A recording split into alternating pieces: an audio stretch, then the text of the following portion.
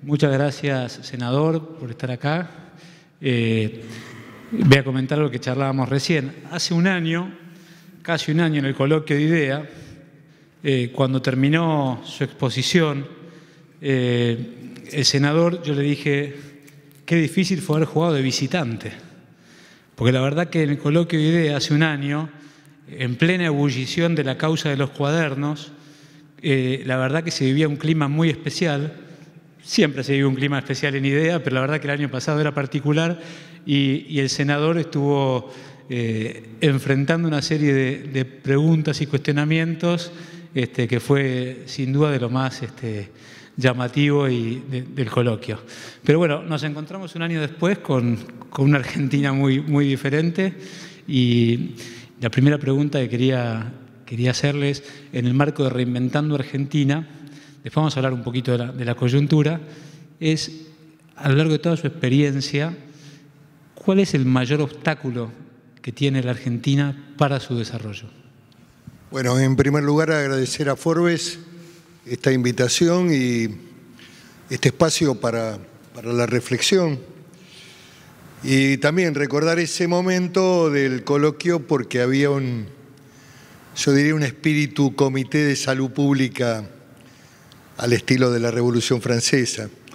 Yo hablé esa tarde de los efectos colaterales y de efectos y consecuencias, sin dejar de analizar que indudablemente la justicia tiene que cumplir su tarea, pero el impacto, digamos, de esa mecánica iba a generar indudablemente un parate en la obra pública, que es una de las actividades principales y que en el año 2017 el gobierno había hecho una importante tarea de crecimiento en donde 2.7 de crecimiento en el 2017, 1.5 había sido construcción.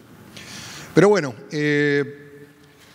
veremos cómo sigue. Hoy, haciendo la última reflexión, la causa tiene una sola imputación, que es la figura del cohecho.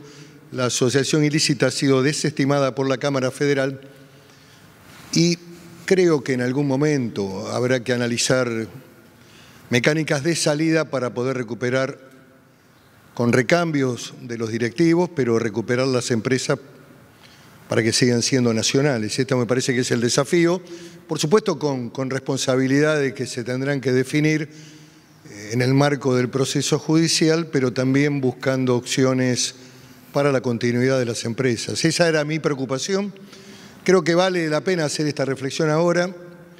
En algún momento habrá que abordarlo, este tema. Hay más de 200 empresas argentinas, muchas de ellas de origen familiar, algunas importantes, con grandes inversiones en sectores muy potentes de la economía argentina. Así que bueno, yo digo lo siguiente, es fundamental defender la división de poderes. Hay que confrontar con cualquier manifestación que plantee desarmar el Poder Judicial, revisar sentencias, no se sabe a través de qué mecanismo. El único mecanismo de revisión de las resoluciones judiciales son las diferentes instancias que marca el debido proceso legal, así que esto es importante. Ahora, también una excesiva hiperjudicialización y el gobierno de los jueces también suele ser nocivo en los sistemas democráticos. Así que quería dejar esta idea porque es la misma idea que sostuve hace un año, hace 2, hace 3 y siempre. Me parece que es importante la coherencia y una visión que tiene que ver con el Estado de Derecho, con garantías, con afianzar el sistema de división de poderes.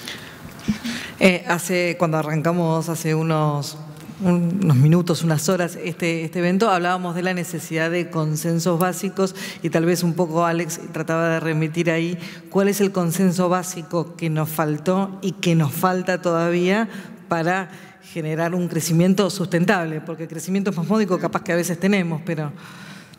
A mí me parece fundamental el gesto del presidente en esta convocatoria de apertura, que no es solamente una convocatoria a mi persona, sino a una parte del peronismo que está afuera, que está en la casa, que no está contenido en una propuesta una mirada, digamos, de una oposición de colisión. Creo que hay que ir a una democracia de concertación, de acuerdos.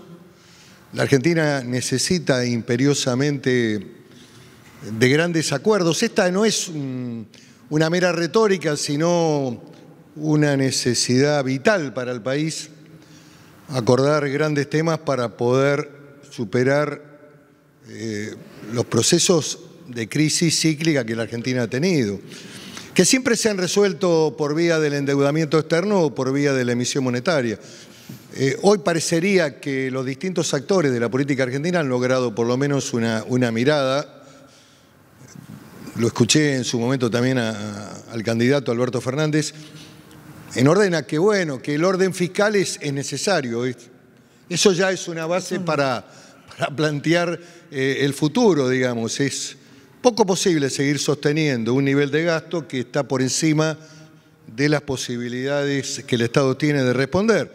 Este ha sido el síntoma permanente de la democracia argentina, diría yo, desde el 76 en adelante, esta visión de resolver las cuestiones por vía de inflación o por vía de endeudamiento y nunca haber afrontado las cuestiones estructurales ha venido signando la etapa de la dictadura militar, donde comienza el endeudamiento externo y comienza también un proceso de inflación y todo el proceso democrático argentino. Así que los grandes acuerdos son fundamentales. Hay que ir a la búsqueda también de no solamente acuerdos parlamentarios. A mí me parece fundamental la convocatoria al sector empresario, al sector laboral. Siempre pongo como ejemplo el esfuerzo de un sector, quizás el más potente de la economía argentina hoy, que es el de la energía, que es seguramente el bloque que van a tratar después. Ahí hay un modelo, digamos, que es muy atractivo, de acuerdo entre el sector laboral y el sector empresario, y apuntando a la competitividad, a la productividad y al crecimiento del empleo. Me parece que ese es el modelo para implementar. Se ha hecho también algo parecido con la fabricación de camionetas Toyota. Ese es el modelo. Habrá que hacerlo macro y habrá que hacerlo en grandes trazos, pero me parece que la convocatoria tiene que ser a esa mirada de acuerdos estratégicos para que Argentina pueda crecer, para que tengamos un proyecto que nos permita cumplir con los compromisos internacionales, con los que han invertido en la Argentina, con los que han invertido en bonos, los que han creído en el país, evitar cualquier contingencia, yo digo que es dramática y una instancia tremenda para la Argentina sería el riesgo de un nuevo default. Hay que tratar de evitarlo, pero a tal efecto también hay que apuntalar el crecimiento interno. Perdón que me interrumpa, pero esto nos pone nerviosos a todos. Hay que tratar de evitar un nuevo default. ¿Hay riesgos de un nuevo default? Yo digo que hay expresiones y hay visiones que están en el proceso democrático argentino, lo va a resolver la sociedad con el voto. Yo digo que hay alguna mirada retrospectiva desde el punto de vista del pasado, de cómo resolvieron en algún momento, en alguna circunstancia, los procesos económicos, con marcos que yo defino de emocionalidad política en términos, digamos, del discurso, no a los buitres, no a la fragata, en fin, todas estas cosas que terminan siendo nocivas, que pueden aparecer en el discurso emocional argentino de manera sucesiva en las distintas coyunturas más dramáticas del país. Las peores tonterías las hacemos cuando desde la plaza convocamos a este tipo de situaciones que no son salidas racionales. Entonces, la vuelta atrás a un modelo de intervención económica, a pensar de que primero hay que crecer en el plano interno, activar el consumo, y algunos dicen, porque lo escuché, no son las figuras principales, debo decirlo, no lo han dicho, y creo que incluso la decisión de la expresidenta ha sido un giro táctico hacia el centro moderado, eso también es un dato, pero lo que digo es que hay expresiones, hay voces que están así en el núcleo del poder, que son peligrosas. Los muertos no pagan, vamos a esperar 3 años para ver cómo crecemos. Yo digo que la primera definición, que fue lo que sostuve además en Wall Street, en el momento de mayor volatilidad de la Argentina, es el compromiso de cumplir. Argentina tiene que cumplir. Si hubiera un marco de necesidad, seguramente el gobierno planteará las reformulaciones. De hecho, hubo tres cambios ya en el acuerdo originario del Fondo Monetario. Pero la Argentina no puede ser nuevamente un país defolteador, no puede ser un país que no cumpla con sus compromisos, no puede ser un país totalmente impredecible. Creo que eso afectaría además a las empresas, y los que perderían definitivamente son los más pobres o los sectores asalariados. Esto me parece que está en el debate, en el corazón del debate. Está en el debate también la consolidación de un modelo democrático, una visión de un capitalismo. Nadie discute en el mundo que el modelo tiene que ser capitalista. Podemos discutir instrumentos, podemos discutir políticas desde el punto de vista de la activación de determinadas actividades económicas. Ahora, volver a modelos de intervención económica excesivamente rígidos, casi de países detrás de la cortina, que ya no existen más, a mí me parecen escenarios muy complicados que lo que van a hacer es agravar el problema. Con el argumento de defender a los pobres, lo que se va a hacer es generar más pobres. Recién comentó que luego de su visita a Wall Street y tras el anuncio de su candidatura, es verdad que bajó el riesgo país, fue muy bien visto por los mercados. Algo impensado que un gobierno como el de Cambiemos necesitara un candidato vicepresidente peronista para recuperar la confianza de los mercados, algo que no se hubiera imaginado ningún analista. Eso la verdad que me parece que es un análisis, no quiero de ninguna manera lastimarte, pero es muy precario. Diría que acá hay una decisión política que la toma el presidente. El presidente abre su frente, busca darle previsibilidad hacia el futuro y fundamentalmente me parece que los mercados, los sectores financieros, visualizan la posibilidad de que Juntos por el Cambio continúe en el poder. Este me parece que es el dato que aparece. No es mérito mío, ni tampoco tiene que ver con el efecto económico. A mí me parece que los sectores financieros, especialmente Wall Street, es sensible a los procesos políticos. Y en un momento de cambio electoral, esa sensibilidad aumenta. Y mucho más cuando hay una memoria histórica consolidada en Wall Street, especialmente por parte del anterior gobierno, de la expresidenta, que había hecho una correcta tarea de desendeudamiento con el primer canje, segundo canje, Club de París, pero que no resolvió el tema Holdau.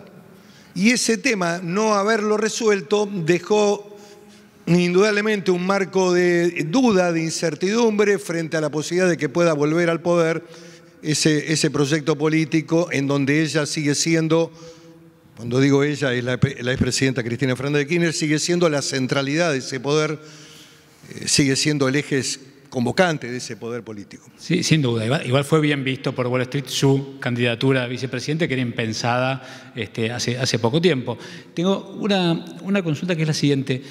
Como todo es impensado en la política, quería preguntarle si se anima a narrar o a describir cuáles son sus 3 diferencias principales con Alberto Fernández, en términos que los dos comparten un espacio político histórico. Si uno pudiera retroceder en el tiempo y por cuestiones azarosas dijera, hoy se bajó Cristina y el candidato a presidente por ese espacio es Miguel Pichetto, todo hubiera posible. Estoy diciendo que el perfil suyo con el de Alberto Fernández, de alguna manera, en términos históricos, tiene puntos de encuentro fuertes. Entonces, teniendo en cuenta lo que viene, mi consulta es, ¿cuáles son sus diferencias principales y qué dificultades cree que tendría Alberto Fernández en caso de ser presidente? Usted que conoce tan bien a los protagonistas de ese espacio. A ver, diferencias personales no tengo con nadie. Me parece que la política argentina muchas veces se reduce a la agresión personal y lo que hay que discutir es una visión de ideas, un núcleo de ideas. A ver, una diferencia que podría mencionar es que yo he sido siempre producto del resultado electoral. Yo comencé mi carrera desde el escalón más bajo como concejal, fui intendente de mi pueblo y después ocupé distintas representaciones. Nunca estuve en la política en un cargo decidido por otro, sino por la voluntad popular. Alberto Fernández tiene una trayectoria de gestión interesante como jefe de gabinete, de eso debemos decirlo. Tiene una mirada moderada también, pero mi duda surge, y acá está el problema, y acá está mi diferencia. En general, en el peronismo, en la historia del peronismo, el tema del poder es siempre un tema muy complicado. La pregunta siempre que hay que hacerse es ¿dónde está el poder real? Y el poder real es el poder de los votos, el poder de la movilización, el poder de control sobre organizaciones sociales. Ese poder, sin duda, está en la figura de la expresidenta. Cuando en el peronismo, en la historia del peronismo, a lo largo del tiempo, el poder real no coincide con el poder formal del rol del presidente, en general hay un escenario de conflicto.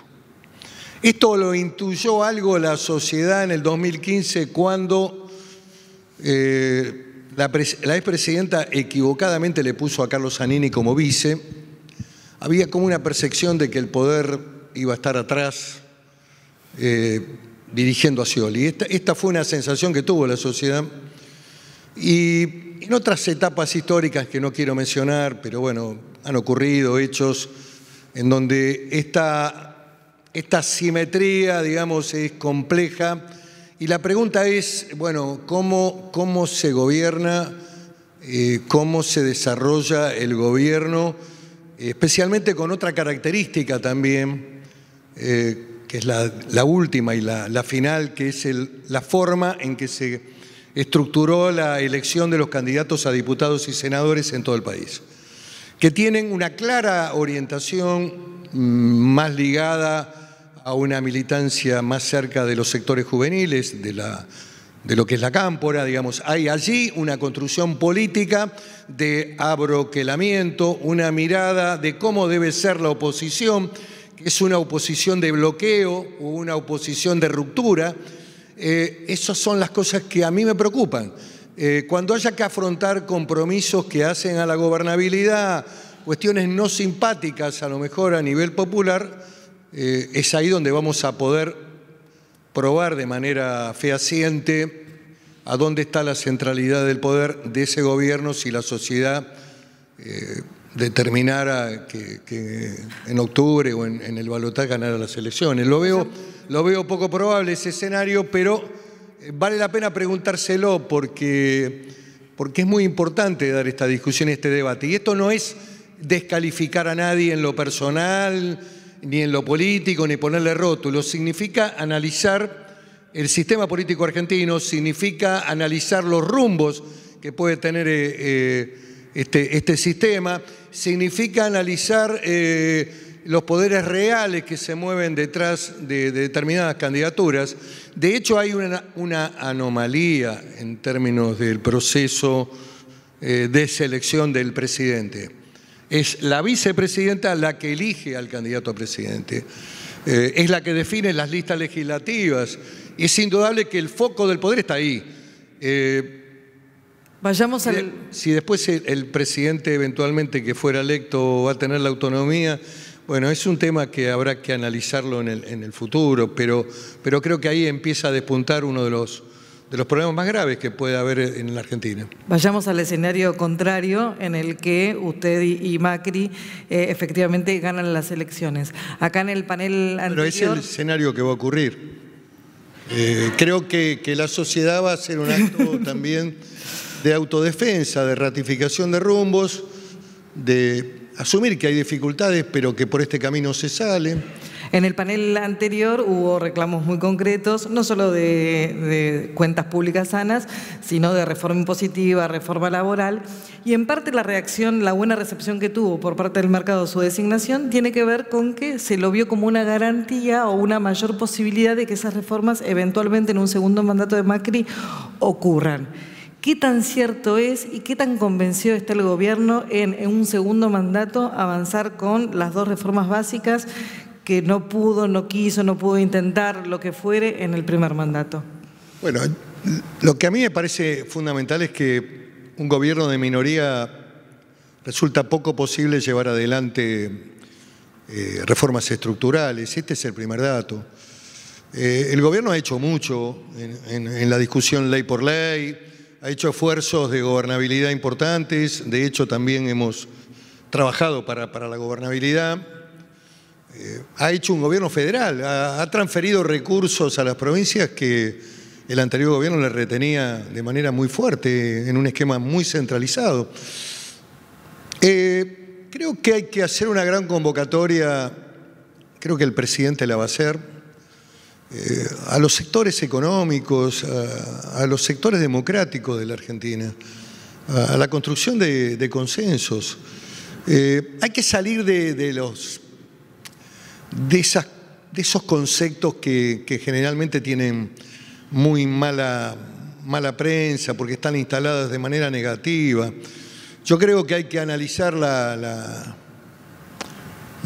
temática laboral desde las nuevas realidades de la tecnología, de la eliminación de empleo, de la creación de nuevos empleos y fundamentalmente también desde la comprensión de los sectores en una mesa de acuerdo. No es un pacto corporativo, viejo, caduco, sino un pacto mirando al futuro, de cómo se genera más empleo, cómo se crece, cómo le damos a las actividades competitividad para que los productos argentinos puedan exportarse. Hay problemas de logística, problemas de costo, hay problemas de estructura de gastos, hay problemas también en el marco de las relaciones laborales muy rígidas.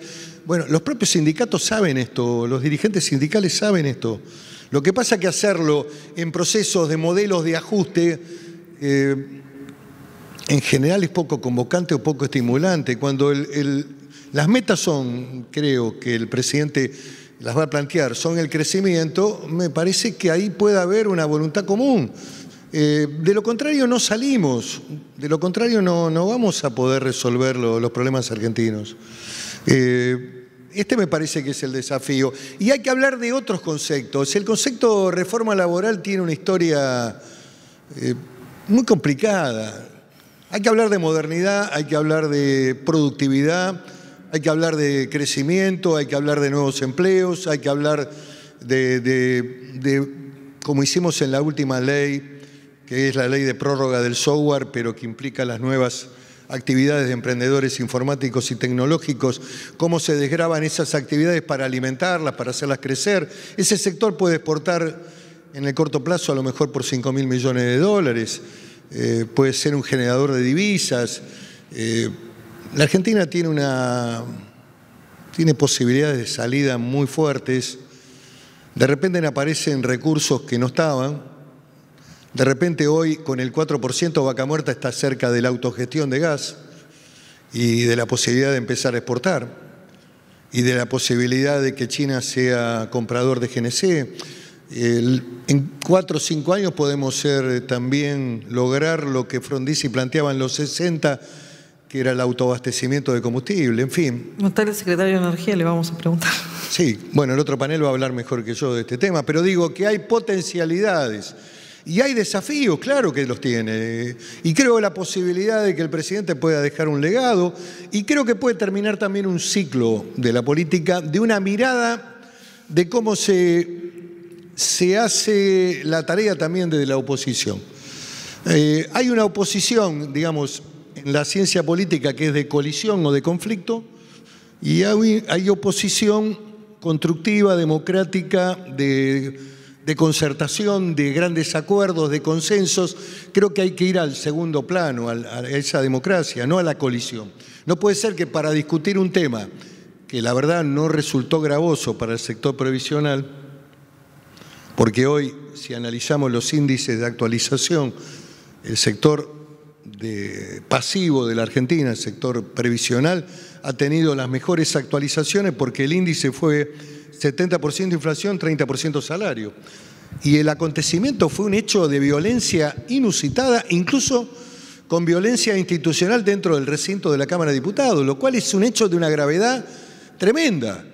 Y no era una ley que lesionaba, hubo un tema ahí esos 3 meses que el gobierno retuvo, pero el índice que se modificó diría que es más competitivo que el anterior en términos del cambio. El gobierno lo que apostó con ese índice es que iba a bajar la inflación. Lamentablemente la inflación subió producto de las 2 corridas, las circunstancias de las devaluaciones, y esto provocó un ajuste salarial previsional casi superior a muchos gremios en actividad. Sin embargo, había periodistas especializados, abogados previsionales, juicios por doquier, hablando todos los días a la mañana, en la tarde, en la televisión y generando todo un estigma. Entonces también hay un problema en los medios de comunicación. También hay un problema en la Argentina. Sigamos con la oposición mejor. No, asuman su parte también, no están ajenos. Ustedes tienen una mirada muchas veces de espectadores críticos y los medios muchas veces generan distorsiones. En la Argentina nadie está dispuesto a ceder nada y las demandas de la sociedad en esta visión del igualitarismo que tenemos los argentinos, construida desde la construcción social de clase media que tenemos todos, y generalmente somos un producto de la clase media trabajadora que llegó, que pudo estudiar, esta cosmovisión también nos mata. Porque las demandas son superiores a la posibilidad de respuesta del Estado. Esto está en la matriz de la crisis económica y social de la Argentina, en donde la Argentina se mueve como un país desarrollado, con altos niveles de atención a demandas incontenibles, y lógicamente eso hay que hacerlo de la manera que lo vino haciendo los gobiernos anteriores, y también este gobierno tuvo que recurrir a buscar financiamiento en el endeudamiento. Hacer reformas estructurales de un día para otro es muy gravoso porque tampoco hay un ambiente cultural que las facilite, que las ordene, que les diga a la gente, bueno, esta es la realidad. La realidad que se vende en los medios muchas veces es una realidad de un país del primer mundo hiperdesarrollado, que puede todo, que puede atender toda la problemática, que puede atender el sistema universitario en cada una de las provincias, que es un logro de la Argentina y que yo creo que hay que mantener, pero eso implica una estructura de costos y un funcionamiento del Estado muy alto, y para eso hay que plantarse en un proceso de crecimiento, sin duda, para sostener eso. Estamos ahí con el tiempo justo. La última de mi parte, senador. No quiero que se enojen. No. Sabemos que fue con cariño. Tampoco lo digo por ustedes. Lo que digo es que la construcción de la opinión pública, el proceso de cambio cultural también se da con noticias certeras, con valoraciones reales de lo que el país puede, de lo que no puede, de lo que se puede hacer cargo, de lo que puede avanzar. Esto me parece que es importante. Si no, siempre se trabaja sobre mundos imaginarios. No es para entrar en discusión, pero la generación de esa conciencia y que ese discurso en algún punto también debe bajar de quienes lideran los procesos y claro. No serían los medios en ese caso, pero sí, no es para entrar en la discusión. Es el huevo y la gallina. Diría que hay responsabilidades en la sociedad. Yo no comparto esas miradas de espectadores que en general siempre tienen la vara moral. No me la banco esa. Yo creo que todos tenemos algo de responsabilidad en la construcción de la Argentina, y los medios en un mundo hipercomunicado tienen una gran responsabilidad. Senador, recién contaba que nadie está dispuesto a ceder nada, cosa que se habló también acá en el primer bloque. Bueno, el gobierno cedió a la vicepresidencia en un giro impensado, en una respuesta a lo que hizo la oposición. En este esquema, ¿cuál es el aporte principal que siente que puede dar el peronismo y su figura en particular en los próximos 4 años con su rol como vicepresidente, más allá de lo institucional? A ver, el gobierno y el presidente es el espacio que tienen los votos los tiene el presidente. Yo creo que el intento de apertura es tratar de dar previsibilidad, creo que tiene más que ver con el 11 de diciembre, cuando haya que asumir el segundo mandato del presidente Macri, tiene más que ver con el nexo con los gobernadores, con la construcción de consensos, con la tarea que yo debo hacer en el marco de la vicepresidencia, que es presidir el Senado, de un lugar que conozco y que sé que tiene sus límites y que sé cuál es el rol que el vicepresidente ocupa en el escenario institucional, que es el acompañar las políticas que el presidente vaya diseñando para que éstas puedan tener su correlato positivo en el Congreso. Sumar voluntades, acordar, construir consensos. Esto me parece que es lo que ha tenido como objetivo el presidente, mirando más que la coyuntura electoral, el escenario del futuro de la Argentina. Me parece que es una decisión que tiene que ver con eso. Perfecto. Senador, muchísimas gracias por tenemos el rojo ahí, nos quedaríamos un rato largo más. Ahora vamos a escuchar al secretario de Energía, pero una vez más agradecerle su presencia. Gracias. Me quedaría peleando. Muchas gracias, senador.